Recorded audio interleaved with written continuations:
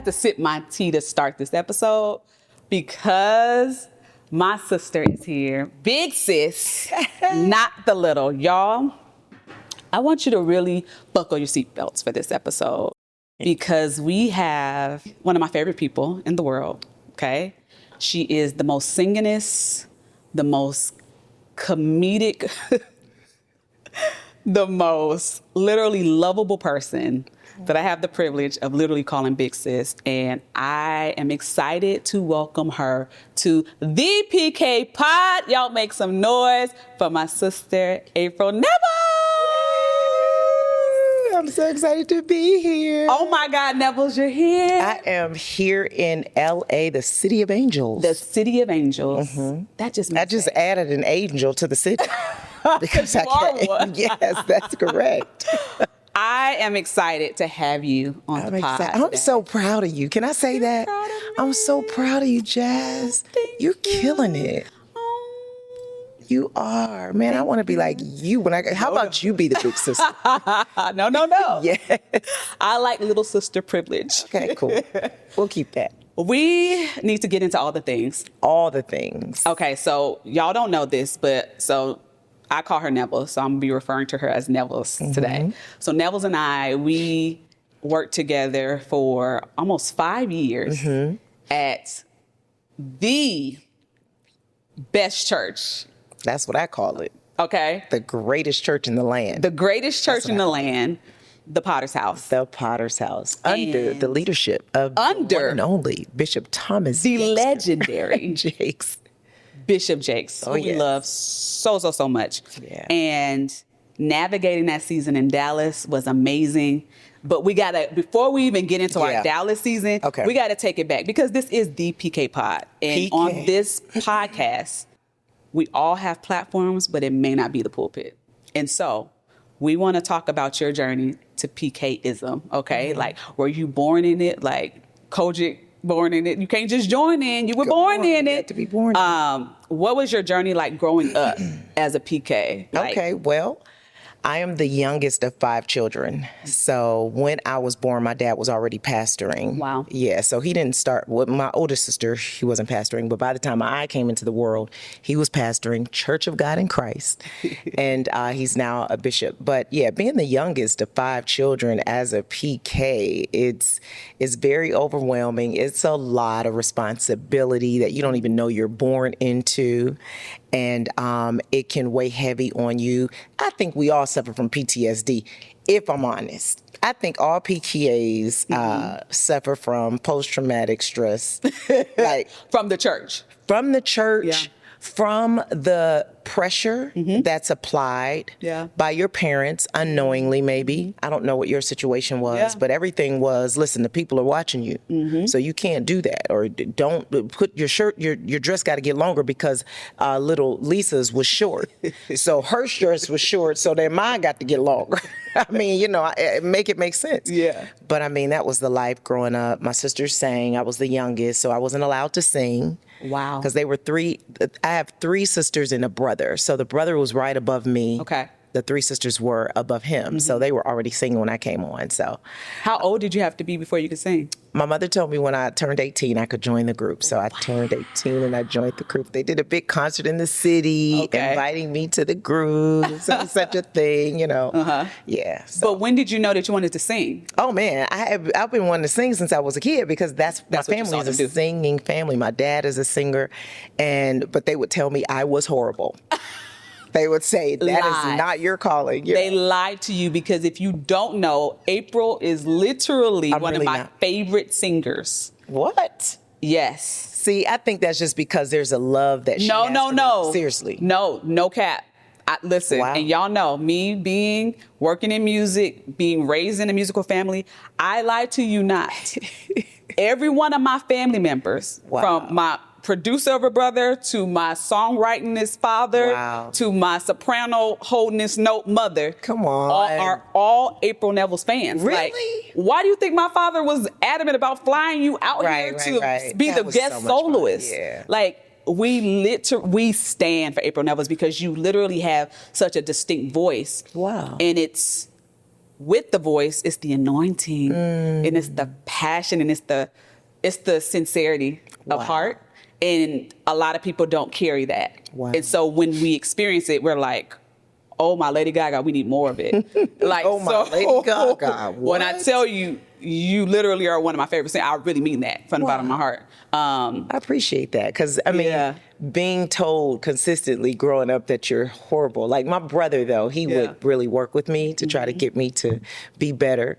But hearing that you're not as good as, your siblings can be a mind play, if you will. And then growing up and trying to live past that or sing past that every time I step on the stage. I mean, I'm shaking uncontrollably, super nervous, not know, oh God, what is this going to sound like?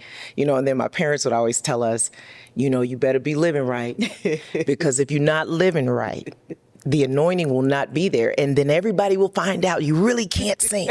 I used to be like, oh God, please show up. They're going to know my secret. Like that's some trauma to put on your kids. That is trauma.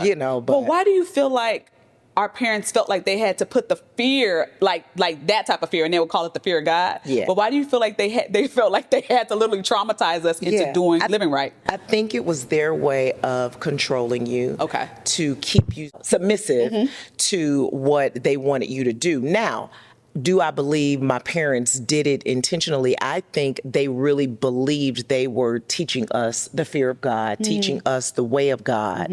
I don't think there was any ill intent or maliciousness in those teachings. And I thank God for them because I really believe it was because of that foundation that it has allowed me to see what I've seen and live the life that I've lived. Yeah. Wow. Okay, so you grew up in the church. Your father was already pastoring. Right. Is your father still actively pastoring right now? Most definitely. On his birthday this year, and it went viral, he was out on the street. He's 91. He was out on the street. He does street services once a month. He goes out on the street in Youngstown, Ohio, and he preaches and sings with 2 other elders. They have an amplifier. They have a microphone. No. And my sister will show up sometime and sing, and then the people will come out the house and look, and he say, come over here. You need to be saved, So he's still doing that at 91. Yep. He's a bishop now in Church of God in Christ. So what do you feel like that fuels our parents to not want to retire from ministry, like other jobs or occupations? And do you feel like it's good or bad? You know what I mean? That they want to just keep doing it. They just want to keep on keeping on. I have mixed feelings. Okay. I do believe that they do that out of purpose. They feel like that is their life's mission, their life's purpose. And so I can appreciate that. Yeah. Because when you do something that you love, it fuels you, it drives you, it gives you the strength that a regular 9-to-5 job you would be ready to retire from. Yeah. But when you're operating in purpose and destiny, I think that really fuels you to go on beyond what everybody else says that you will. Now, my mixed feelings for that is, Daddy, you 91 years old, and I need you to chill. I need you to rest and stop doing revivals all over the country where you're driving in your car and falling asleep at the wheel and pulling over and not a rest stop, but just on the side of the road to get some sleep. But I do believe if we were to take that from my father, it might kill him. I feel like he would just die because he would feel like there's no more purpose for me. So he still pastors. We asked him to retire so my brother could take the church, and he refused to do that because he wants to pastor until he closes his eyes for the last time. So some people just have that purpose-driven mentality, that purpose-driven destiny to where I'm dying doing this. I'm not retiring. I'm not saying goodbye, but I really believe it causes the death of their ministry because it dies with them if they don't pass the mantle on. Someone said, I think it was Cheryl Jackson. I don't know if you know Cheryl Action Jackson. Well, she had said, success is not success without a successor. So if you don't pass it on to someone, it's going to die with you. Yeah, that's good. And you know what? That really strikes a chord with me because, as you know, my parents are still pastoring. My father, this is his life's work. he has no desire to do anything else unless it's writing music, recording albums. It's music, recording, writing, and preaching. Like, those are his things, right? Wow. And as they're getting older, my mom is ready to retire. She been right. You could have retired that baby at 35. Like, by church, like, I love God, don't have to do this anymore. But my father is like, he lives and breathes church. And so me and my brother, we struggle with seeing them getting older and trying not to overstep, you know, but also trying to use wisdom by supporting their dreams, but also trying to be like, you getting old, Dad. Right. You know, like, have you thought about retirement? What does that look like? And then it's the struggle, like you said, about the successor.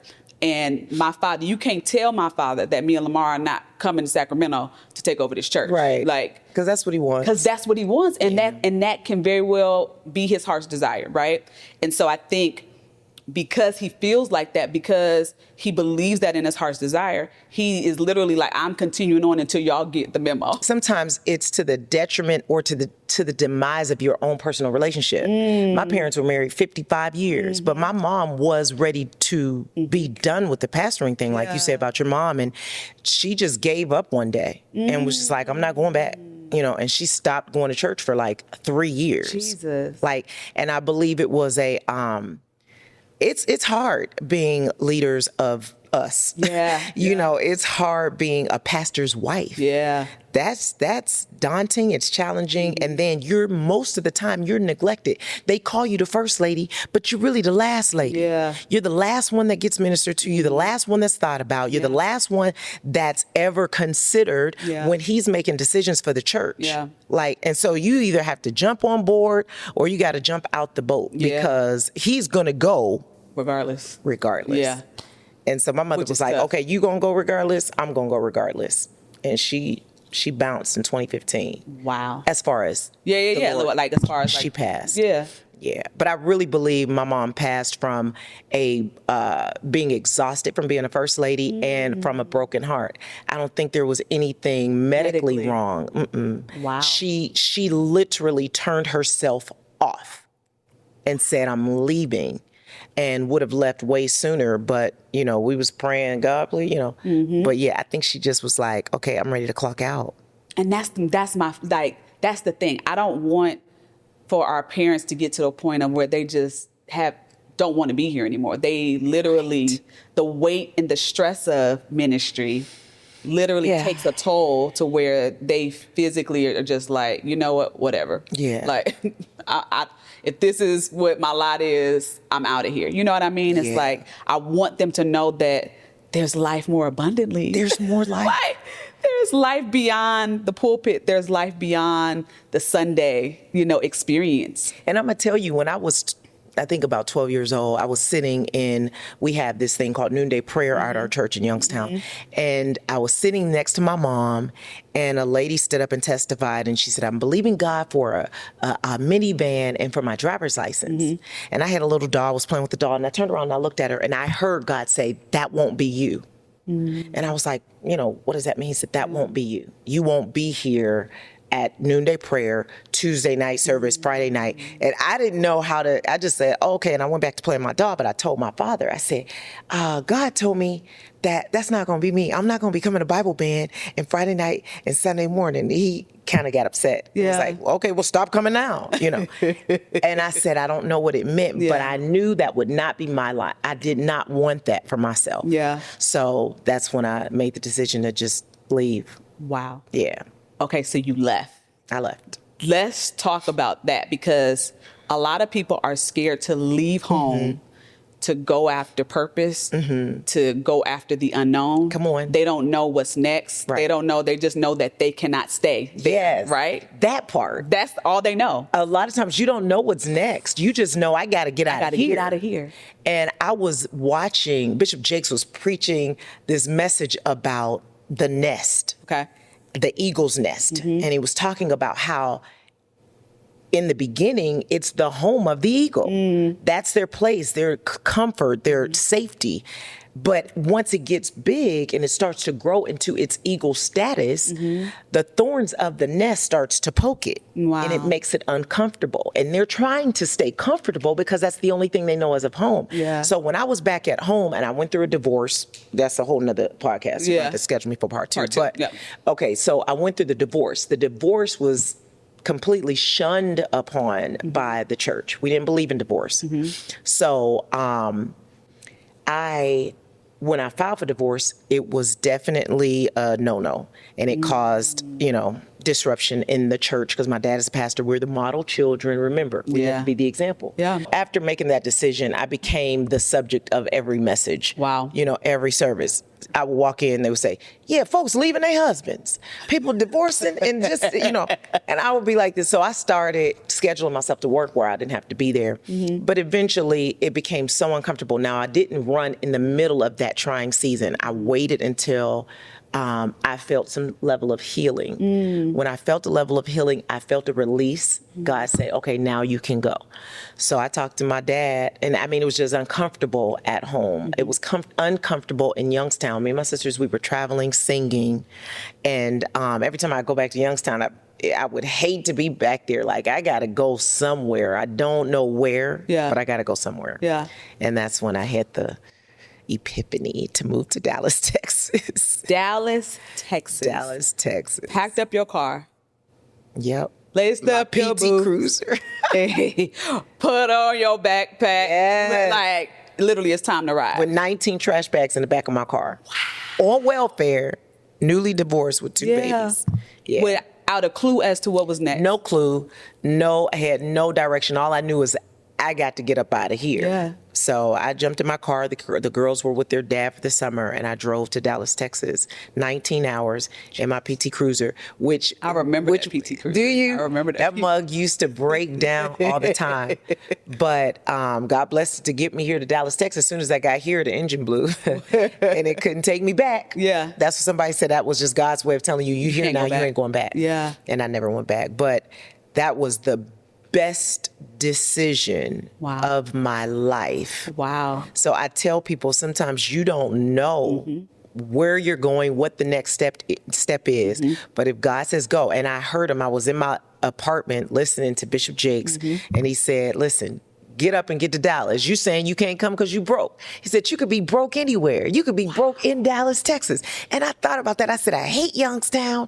It's non-progressive. It's nothing here. Yeah, I could be broke in a place that I like. Yeah. That's pretty. Yeah. That's warm. No cold winters, So I made the decision to leave. Now, I will say I talked to my parents about it. My parents had always trained us, you do not move. You go out, do what you're going to do your ministry, but you always come back home. But I wanted to move, so I told God, I said, if this is really you, make it okay with my parents. So I went and I talked to them. I got on my knees first before I got to the house. And then I went and I talked to them. My father said, I support you 100%. Wow. He said, this is God. He asked me, he said, what you going to do when you get there? I said, I don't know, Daddy. What church you going to go to? I don't know, Daddy. Where you going to be staying? I said, I don't know. Everything was, I don't know. Yeah. He said, it's God. He said, when you don't have no answers, that's how you know it's God. Wow. I said, when you don't have no answers, that's how you know it's God. That kind of blew me a little bit. Yeah, because it's so true. It's so true. I pulled up to this lady, didn't know who I was. She let me stay in her spare bedroom because she knew our manager at the time. And I was just up there in her bedroom, and I remember looking up to God and said, okay, I'm here now. Now what? Right. Now what? Now what? I got there June 22nd. I just hit my 13 years a couple weeks ago. June 22nd, I got there. July 4th, they were cooking for 4th of July. I was still staying there, and Oscar Williams walked in the house. Wow. The homeowner didn't know him, but her husband knew him. And he was like, oh, you're one of the Nevels sisters. And I said, yeah, who are you? I didn't know who he was. But anyway, long story short. He worked at the Potter's house. Yes, he worked at the Potter's house. 3 months later, he said, do you have a job yet? Wow. And then I got hired at the Potter's house. The rest is history. She got hired at the Potter's house. 3 months after I made the leap, took the leap, got in my car on welfare, drove 19 hours with trash bags in the back of my car, nothing but my clothes, staying in the spare bedroom. 3 months later, I get a call from TPH. we're looking for somebody for our music and fine arts department. Would you be interested? Did I ever tell you my Dallas story? I can't remember if I told you how I got to Dallas. I knew you were at Oral Roberts. Right. I was at Oral Roberts. Go ahead. So after I graduated Oral Roberts, I went back to California, of course, and I was trying to find a job. And my mom, then job was like, yo, for you to keep your position, we have to relocate you to Florida. And so they were like, hey, we're moving to Florida. Are you going to stay here? And all the things. And so I'm like, well, what I'm going to stay here and do? Like, I'm fresh out of college. And so that's when they closed down their church. Wow. Right? Okay. Well, let's rephrase. They didn't close down the church. They put a pastor in the church. Okay. And the goal was just for my dad to just come back quarterly, as bishop, overseer of the church, blah, blah, blah. So we moved to Florida. When I was in Florida, I would watch the Potter's House, and I am a huge Bishop Jakes fan, and I am a huge Cheryl Brady fan. Like, them was my two people. Like, yeah. I'm listening to both all the time on repeat. And so I was watching a service. I think it was on Facebook. I was interacting with a post or something. And that's when Pastor Brady's son-in-law, Travis, had commented on something. And I was like, oh my God, I love the service, blah, blah, blah. Like, I am trying to literally come to Dallas. I'm looking to further my education. I'm trying to come to TCU to get my master's. And he was like, yo, that's exciting. Yo, if you ever come, let us know. We would love to have you, at the Potter's House, etc. And I was like, okay. I go on this page and I scroll and I saw it was like, now hiring. I said, wait, hold on, you're hiring for something? Wow. Like, oh yeah, like the young adult ministry, we're hiring for a coordinator for that. And I was like, yo, I want to apply. And he was like, I'll set up an interview. Wow. No, you never told me. I never told you. I thought about it. I was like, I never told you the story. No. I bought a flight, a one-way ticket to Dallas, was like, I'm interviewing for this job. I never bought a return flight. I told my parents, I have an interview at the Potter's House. Flew there, and I interviewed while I was there in Dallas. I bought an apartment because I knew I was supposed to be there. I was like, I know I'm not supposed to go back to Florida. Jasmine. Like, whether I have this job or not, I know I'm supposed to be here. And signed a lease and everything before even knowing that I got the job. What? Here's the killer. Miss Deborah at the time. Yeah, Booker. Okay. Was like, she actually didn't pass whatever, like, proficiency, whatever, like, I think I had to do a typing test or something. I didn't even pass the typing test. Travis was like, I know that you're supposed to be here. Ooh, come on. Like, I know that you're supposed to be a part of this ministry. And so I literally made an exception. It was like, she's supposed to be here. There's something about her. Because when I interview with you, like, you know what I mean? It connected. And I was just like, that was what? God. It was God. That was God. That's how I ended up at the Potter's House. That's crazy. So literally one way, didn't know what that was going to look like. Isn't that crazy? One-way flight. One-way flight. Got there, and like the rest was history.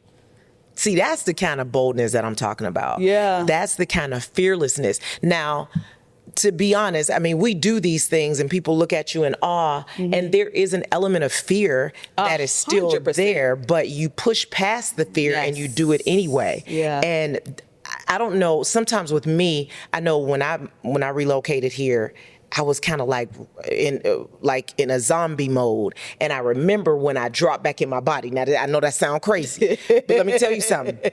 I was doing all of this, driving 19 hours and getting here to Dallas. I got me a house. I was staying with the lady, but I ended up finding a house in July to rent. I was in my house walking to the trash can to throw something away. I threw it away and was walking back to my couch to watch television. On the way back to the couch, I came to myself and said, oh my God, I'm in Dallas. Wow. When did I get here? How did I get here? What am I doing? And then I calmed down and sat down. But it was like God was moving me the whole way. And when everything was settled and I was in a good place, he let me back into my, I know that sounds so crazy. But girl, I have those moments when I know it was nobody but God. It was him maneuvering me, maneuvering every step, every move, because the fear would paralyze some. It would paralyze you if you think about it, moving away from family. I had these 2 babies, no support system, I thought. But God brought me here. I got to Dallas. I got a stronger support system in Dallas than I ever had in Ohio. Yeah. So I know it was him. He never, ever, ever, he never failed me when it came to that move. And I'm going to tell you, that's how I know he's going to do it again. That's how I know he's going to do it again. And it's like I'm getting a realization right in this moment because I'm in transition again. But 12 years I've been so committed to the greatest church in the land. I love that place. Yeah.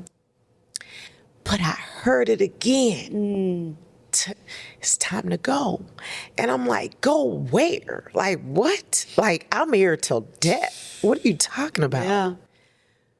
But he said, you told me you wouldn't question me no more once I proved myself 12 years ago. Because when he gave me the job, when I didn't know what I was going to do, when he gave me the job, I said, oh, God, I ain't going to never question you. We'd be so happy. Yeah. And we said, we ain't going to never question you no more. We never going to doubt you. Yeah. And he brought that back up to me. He said, remember you said you was going to never doubt me. And I talk to you the same way. So it's me. Like, there's no question. God has a way that he communicates with his children where it's him. Absolutely. And I had no doubt. I tried. They offered. So if we move on to the next segment, transition from Potter's House to Virtual Enhancement Company, which is my company. They offered a early retirement back in November of last year for people that had a certain amount of years and that were a certain age. And, initially I was told that I didn't qualify. No, you don't qualify. And I was like, okay, cool. Because I don't want to qualify. Yeah. But then I realized, wait a minute, I do qualify. So a friend of mine was like, just find out what the package is, So I said, well, I want to find out what the package is. They were like, no, you can't take the package. I said, well, can I just see what it is? Yeah. I saw what it was and I said, this is a great package. And I was like, And then that's when I heard this is, you were supposed to a while ago, but I'm letting you leave with a cushion now. And so I said, and I vacillated. We had 3 months to make a decision, and I vacillated back and forth. Made the decision, signed on the dotted line, but then was, asked, are you sure you want to do this? What can we do? We want you to rethink this decision. And I tried to rethink it. And when I tell you it was a resounding, I was in a hotel room and it was so loud. You heard what I said. Go. So I did it. But God will say go and don't give you the whole plan. He'll tell you go and just show you the first step and don't show you the staircase. So here I am out here again, trusting him. But if you're going to trust anybody. Hello. If you're going to trust anybody. The track record is just impeccable. His track record. It's impeccable. Oh. There are no losses. There are no losses. There are literally none. None. And I think our human nature is to question. Of course. Like we can't help. Jesus did it. Hello. In his human nature. He said, listen, could this cup pass from me? Nevertheless.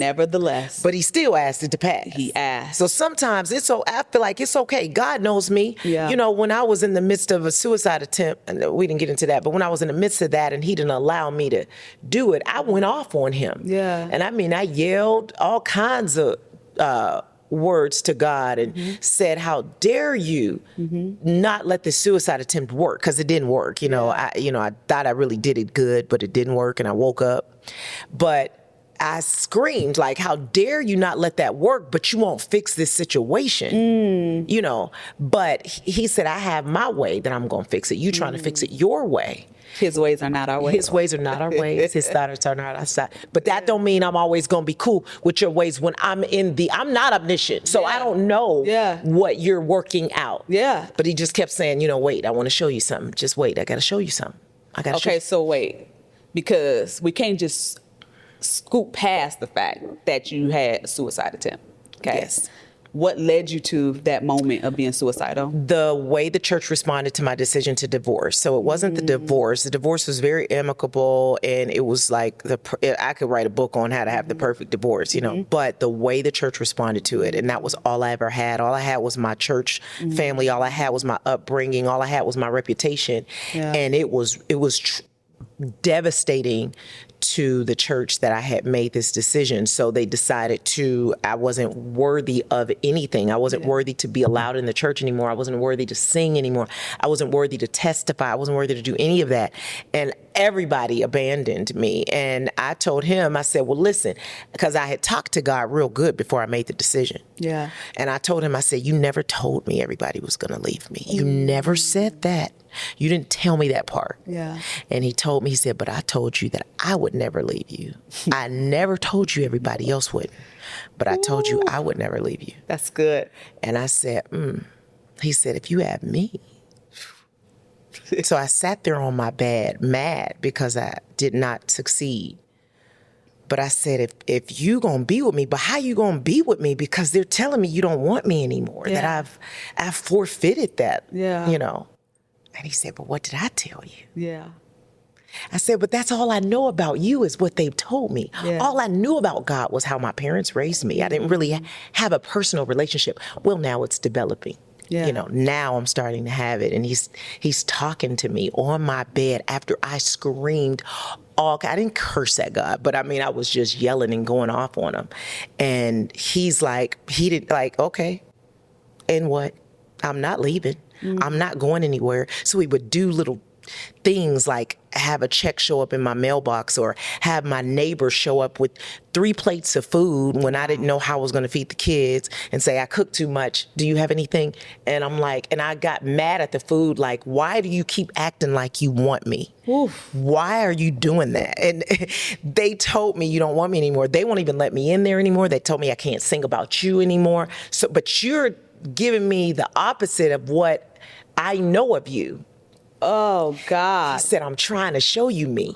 I'm trying to show you who I really am. Yeah. So that's when I learned who he was, on the bed of suicide when he refused to leave. Wow. And he said, you can't end your life when I'm not ready for you to end it. You know, I still have something to show you. And 3 years later, I was in Dallas, Texas, and he showed me the most amazing, miraculous healing process ever known to myself. Yeah. You know, and God allowed me to heal at TPH. Yes. He allowed me to heal. That is a place for healing. Woo. And it will lick your wounds. Oh my goodness. When I tell you, put you back together, I was able to not be a PK.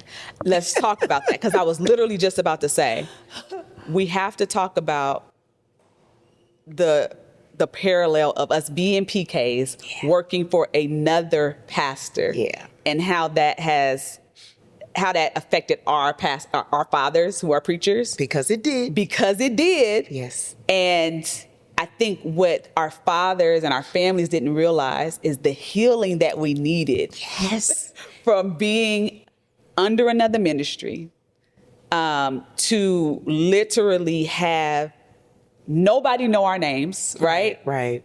To be able to blend in, to not have the title looming over us. I don't think they understand how essential that season was. But also, I wasn't thinking about my father's feelings when I was working at the Potter's House. I'm thinking more so, this is an opportunity to learn from the greatest church that we all, whether Black America, white America, we all know who Bishop T.D. Jakes is. Yeah. Like, what a privilege it is to be able to sit under this ministry and learn and serve and work. Yeah. If anything, I'll be able to get skills and knowledge to be able to use later on, right? So I don't think that our fathers understood how we needed that season for healing. They more so looked at it as a place of like, how could you be at another pastor's ministry serving and working when I could use you? Yeah. I know for a fact that's how my father felt. He later told me that. Yeah. But it was so pivotal to my development as a woman and as a believer. Mm-hmm. Like, it was so huge for me to have that moment of healing, to be able to be seen by God alone. Mm-hmm. Like, I didn't need anybody else focused on anything else that I'm doing. I just needed that growth and development season for me and God. Yeah. You know what I mean? Yes, definitely. And that's what I needed. God knew what I needed, and that's why he sent me there. And I mean, now I heard, because, you know, anybody that knows me knows that I talk about TPH all the time. So I'm on my social media. And so every service I get in the car and tell everybody, oh my God, church was so amazing. You got to go back and watch the rebroadcast. Yeah. Well, you know, those started to get back to my dad. Yeah. And it got word to me that, oh, your father is so hurt that you're online always talking about another bishop and you're not talking about him. And I told a friend that lived in Dallas, and they were like, maybe you should chill on it. Maybe you should stop doing that. So for a minute, I stopped because I didn't want to offend my dad. I already was gone. I already wasn't serving. Now I'm on here blasting another pastor. And I stopped, and then I thought about that thing. I said, I'm telling people to go listen to the word of God that's going to change their life like it changed mine. I'm getting back. I said, listen, Jeremiah tried to say he wasn't going to say nothing else. Jeremiah said, listen, I ain't telling y'all nothing else about the word. Yeah. But then it was like fire. And one Sunday, that Bishop Jakes preached like he was losing his mind, and it was like fire. I was in the car driving like, I'm not going to say anything. I'm not going to say. And I hit record on my phone. I said, oh my God, you got to go watch the replay. It came out like a freaking volcano erupting. I'm sorry, I said freaking. Okay. It came like a volcano erupting, and I had to tell everybody, and then I haven't stopped since. But I understand, but that's human. That's just their human nature. Yeah. But I know that they're happy that we're able to receive our healing, and we're able to grow, because now my father capitalizes on it. Be like, okay, I need you to use your platform and promote my event. Stuff like that. Yeah. But it was that right there, being a part of that ministry definitely grew me. First it healed me, but then it grew me mentally and professionally. And it allowed me to learn how to function in a progressive church and the level of excellence. And, you know, Bishop saw things in me that I didn't see in myself, moved me from the music department to the e-church department, where I was able to engage our online audience, which was like 80,000 people strong. Wow. And those are actual members, not people that tune in. Yeah. But so from there, that's when I took the early retirement, and I transitioned into my own company, Virtual Enhancement Company, which helps. So tell us about that company. Yeah, Virtual Enhancement Company. We specialize in helping churches build their online church. Yes. So help them build the infrastructure needed for them to be able to accept online members, not just streaming. A lot of people stream services, but they don't have an online campus. So that's what I specialize in. Transforming viewers from just passive viewing to activation in the Sunday morning worship experience, and being actually active in the church they call home virtually. Yes. Oh my God. Yeah. That's so needed for so many churches around the globe, because if we're honest, so many of our parents, our family members, our friends that are pastoring, we know have ministries that are just on Facebook Live, and they haven't been able to pivot successfully to online church. Yeah. And so we here at the PK Pod, we are big supporters of all of our PKs. And so I'm super excited to support your business. Thank you, Jack. I think we need to do a giveaway, because I want to help pastors, people that are thinking about starting churches, get connected to the insight, the resources of VEC. Yes. That's what I like to call it. Yes. VEC, to be able to not have to work harder, but work smarter.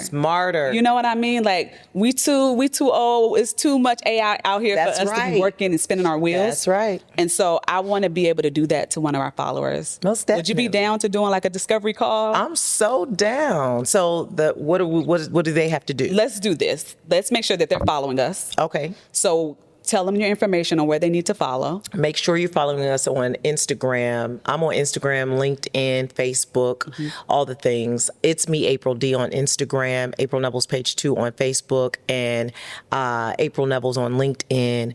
Virtual Enhancement Company, we're on Instagram right now, so just search at Virtual Enhancement Company. You can visit us on our website, virtualenhancementco.com, and go there and make sure you're following all of our social media platforms, and then schedule a discovery call. I'll do it for free.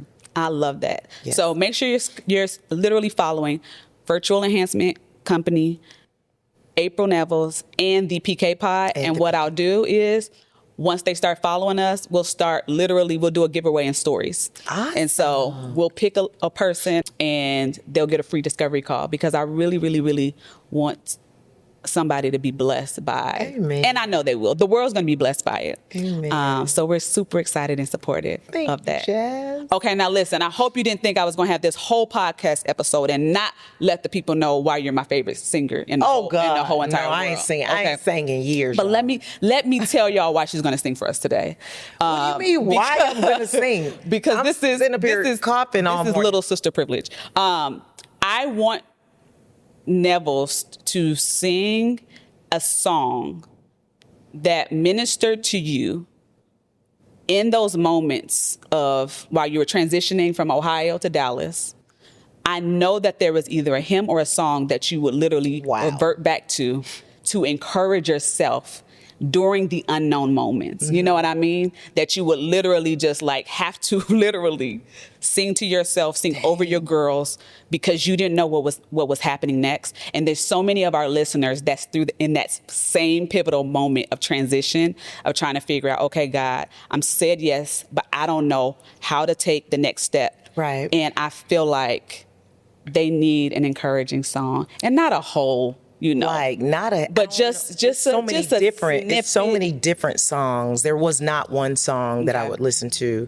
I listened to a lot of Mary Mary. Mary Mary's music has just almost been the soundtrack of every transition of my life. But one song that to me said it all was Travis Green's "You Made a Way." Yeah, you made a way when my back was against the wall and it looked as if it was over. God, you made a way.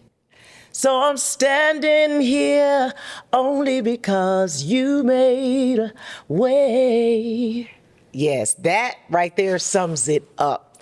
I'm only standing here. I should be dead. I really should be dead. It's when he moves the mountains, you call the whole thing. Woo! You cause walls to fall with your power. Performed miracles. There is nothing that's impossible. And you're sitting there only because God made. And I'm sitting here only because God made. We are standing here only because God made a way. April Nevels, everybody, ladies and gentlemen. I love you. I love you so much. Thank you for coming on the pod. Thank you for letting me come. I'm in LA, y'all. Will you come back and sit with us? I plan on coming back a lot. We love you. We are so proud of you. We are supporting this next chapter of your life. We already know that God's hand is on it. Yes, it is. And we're excited. We're cheering you on all the way. Y'all make some noise for April Nevels. Be sure to follow, like, share, and subscribe. Until next time. I love y'all. If you enjoyed today's episode, we would love for you to stay connected with us on Instagram and TikTok by following us at the PK Pod. We share clips and behind the scenes from episodes like today where you can continue in the conversation. We would love for you guys to be a part of our community by following us at the PK Pod. Until next time, family, have an amazing day.